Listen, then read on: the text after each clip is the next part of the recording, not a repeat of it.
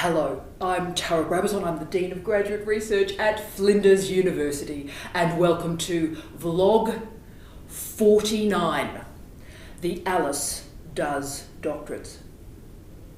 And yes, I'm in Alice Springs, and yes, I have a friend with me. He's a friend I've known for a long time. He was one of the first people I met when I took on this job as Dean. His name is Tyrrell, and we have so much to share about this great man and this great PhD student who's been in the Alice 7 years? I know, I've been in the Alice 30 years. 30 years, but at Flinders? I've been doing my PhD for 7 years. Yeah. We'll talk about that shortly, but you've been in the Alice 30? Well, I come in 86, yeah. And where did you come from? I've never asked him this question before. I came from Tamworth, New South Wales. I was at a regional job down there with mental health, being a clinical psychologist, and I had a sheep farm. I was breeding rams, and I built a house, a solar house. And then I thought, I'm going to be here when I'm 59. If I don't watch it, I better think of something else. And I opened the Weekend Australia, and there was the job, Regional Director of Health, Alice Springs. Yeah. Isn't life astounding? It was amazing. Synchronous. It was a synchronous experience, Synchronous. And also a really powerful one. And as you can see, Mike I adore. And some of you who have been with us through the vlog series will remember that Mike is the one that suggested that we do that fantastic vlog on families and the PhD. And he got a shout out. He also got a shout out to his wonderful partner, Barbara, who I've just found out you guys got married. Yeah, we got married just before Christmas. And how long have you been together? Oh, 26 years. Welcome to the Alice. So, Yeah. Barbara, we're going to talk about how fabulous you are and what you've done for this wonderful man. But this is a great experience because PhDs and a PhD program is filled with great personalities and great people like this. And every PhD program has, every one of you have a different PhD, and Mike's has been a very, very special one. And yes, he has completed the PhD in the Northern Territory, and yes, in the Alice. So, Mike, we've already talked a little bit about you coming here, but tell us about the job you do for Flinders University. So you're employed by the institution. No, I'm not employed by the institution. I'm not doing well here at all. No, see, the one surprise after another. You are? Yeah, exactly. Tell us about your work in the gated community. In the gated community? You go through the big gate and you go to your building? Yeah, well, I don't work in Flinders as an employee, and I certainly don't get paid by them, unfortunately, although they did give me a little scholarship for a while. Right. Which was very welcome. But I've had the privilege, actually, of doing my PhD at Centre for Remote Health, which is a campus of Flinders and Charles Darwin joint campus. Nice one. Yeah. John Wakeman was the director. In 2004, I went to see him, and I said, I got an idea. I'm heading for retirement, and I've got a question I want answered, and maybe there's a PhD in it. And he listened carefully, and John Wakeman and I go back a long way when he was the district medical officer and I was in health. And in fact, I think I recruited him. Life is weird, mate. Anyway, he said, well, that's a damn fine idea, let's do it, which shocked me a bit. This in 2004, but I hadn't retired from my private practice at that stage. Well, I still haven't. Right. From my private practice. But then my dear partner Barbara had an accident and became semi-quadriplegic. I didn't know that. Yeah. So you're a starbuck. That was only a couple of months afterwards. So that set us back a tad. Right. So I didn't really think about it for 5 years, but Barbara, being the stalwart that she was, did an enormous amount of rehab. It is walking now quicker than I can walk sometimes, using a walker, but very, very agile, and a swimmer and a yoga exponent. And so 5 years later, I went to John again and said, is it still on? I saw a scholarship for PhD in the local paper, Flinders, and I said, that's mine. I went and saw him, he said, yes, you're on. Boom. So just like a speeding bullet, I was in. That's fantastic. Yeah, in 2010, the 2nd of February 2010. And so we started. But of course, the old expression, fools rush in. None of us really knew what the task was going to involve. It's been a fabulous task, but a big task. Because I was going to ask you people come to PhDs for all sorts of reasons, don't they, Mike? And at different stages of our life, we're after different things. So what was the trigger post-Barb's accident and illness and recovery and rehab? What was the trigger that said, now is the time and I want to do it? Why did you want to do a PhD? What was the push? Well, the topic? Unfinished business and the topic. I was going to do one in 1969-70, but I postponed that to chase after my future wife, with whom I had a family. Fantastic. Yeah, and we're still talking. There's a lot of women narratives that are going through your life there, Mike. Anyway, we tracked each other down over in Germany, and so I postponed my PhD, which in those days was a pretty boring one. It was nothing to do with this, it was to do with visual perception. Fascinating. Yeah. And but it was always there. I thought my mum used to say, Michael, you should be an academic. Yeah. Yeah, it's a very good life. So my mother died by then, but I thought, well, I really should do that.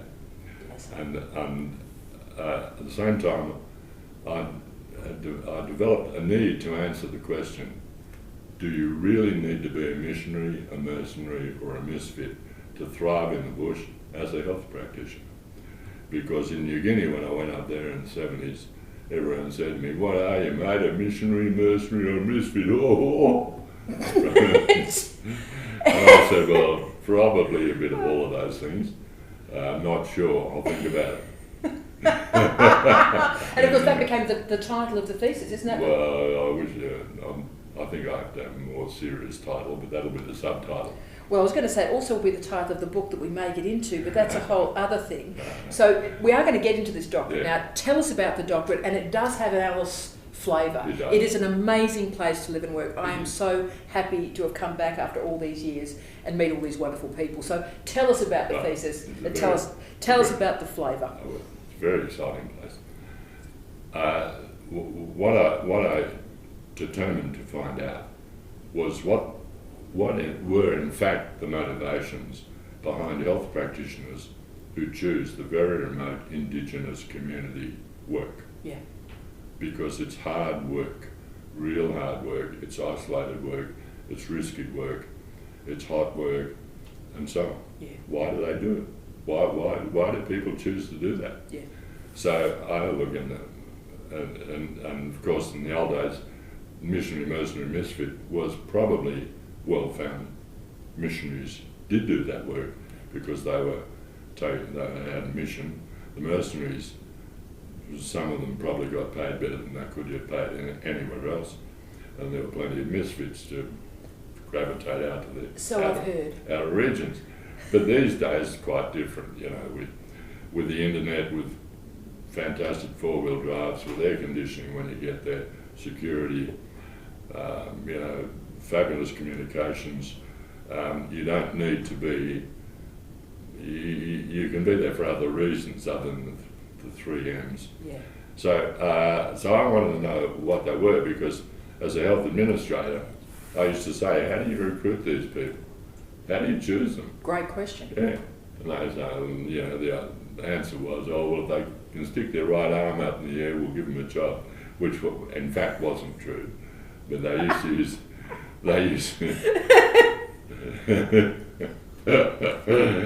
oh my! They used to use intuition, I think. Yeah. They certainly didn't use the sorts of things I was brought up to use in the Public Service Board in Canberra when I worked there for a short time. Rigorous selection procedure. Anyway, so I did that. So I started to research it, and I decided to build a scale of motivation, a health practitioner motivation scale. This is brilliant, Mike. So that employers could use that scale by shooting it off over the internet to prospective applicants for jobs in the bush, and have a look and then fill it out. 2 values there. One is they are really required to think, well, what the hell am I really doing wanting this job? And 2, the employer gets back the pattern of motivations as the person's completed it, and they can compare that pattern with the statistics around retention. This is huge. This is huge. Well, it did turn out to be huge. Which we'll get to in 1 second, but this is a big issue. You know, I used to work in rural regional education, Yes. of course, that was my last gig, and we used to refer to the rural regional remote churn. So the teachers would come in and be gone 6 months later. Yeah, and no matter what we did in teacher education, in Dubbo, Yeah. you can't prepare them for working in Broken Hill and beyond. No, you can't. You can't. But something like this would help us provide that reflexive mechanism for an array of professions, I think. I think so. I think it could. This is huge. Yeah.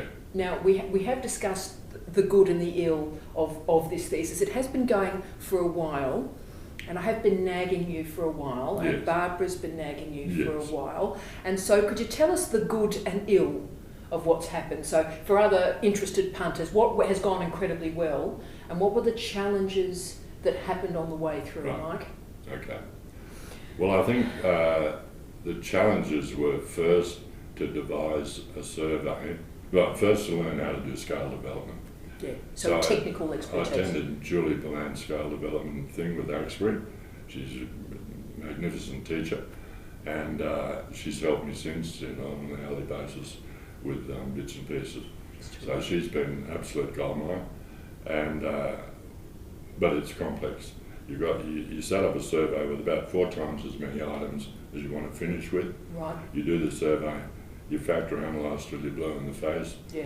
and you gradually distill out the components, which are subscales that you're looking for, that are concentrated versions of the survey that you sent out, which was on why would you want that sort of job.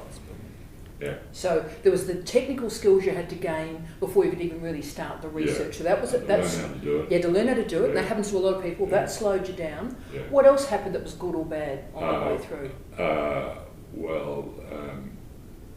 don't know if it was good or bad, but it was a huge amount of work to analyse 547 times 140 items, which is and factor out and to learn how to do it. Because the last time I'd done statistics, I was using a slide rule back in '68, and I love you, Mike. And SPSS hadn't been invented. Well, not that I knew of anyway. So I had to learn about SPSS, Yeah. the stats. I had to learn about working a computer to do something other than writing a clinical report. And I had to learn how to apply all that to doing the job, Yeah. which Shirley was very helpful with. And my supervisors were helpful in various ways. So the setback was that I had to learn as I went. And I certainly did. I've been on a learning curve for 7 years, even until Monday night when I put the thing in to the editor, I was learning about managing large documents, because you can't, when you're an old bugger, you can't learn these things until you do it. You've got to learn by doing. That's how everybody Yeah, learns. yeah, Mike. yeah, yeah. Well, I mean, that's an amazing story. I mean, it's hard yakka. The story It's you've hard just told yakka, there it's is, hard. this is hard yakka. This PhD has been really hard yakka. And what you've created, I think, will be transformative for regional remote Australia and beyond. Now, you've already mentioned something very special happened on Monday night. Barbara's nagging and my nagging appears to have worked, in that on Monday night, you uploaded what is in effect your final draft into a Dropbox. So all of you out there, how amazing is this? So Monday night, the document For editing. went up. Now, Yeah. now, how did that feel, and what was the couple of weeks before that like? A couple of weeks before that was exceedingly neurotic. I couldn't sleep and I couldn't put it down, and it was how I imagined someone having quadruplets, Right. would be with a delayed birth. Right. That's how I imagined it would be. Something like that. Very edgy. Very edgy. Very yes. edgy. And but still getting a lot done. But not a lot of anything else done. Yeah. Yeah, I wouldn't want you to see my backyard or the inside of my car. Yes, but personal hygiene has been excellent from what I've heard as well. So where were we? Just on how did it feel to upload that document? It felt fabulous, of course. Yeah. But even now, I'm not quite relaxed because I haven't heard back from the person who I'm trusting has received it. So you are using an editor. So you are using. Yeah, the professional. Yes, yeah. using a professional editor. Yeah. And so you're a bit nervous about how they'll handle the script. No, I'm a bit nervous they haven't got it yet because they're not answering my emails to say yes, thank you, I've got it, and we're doing it.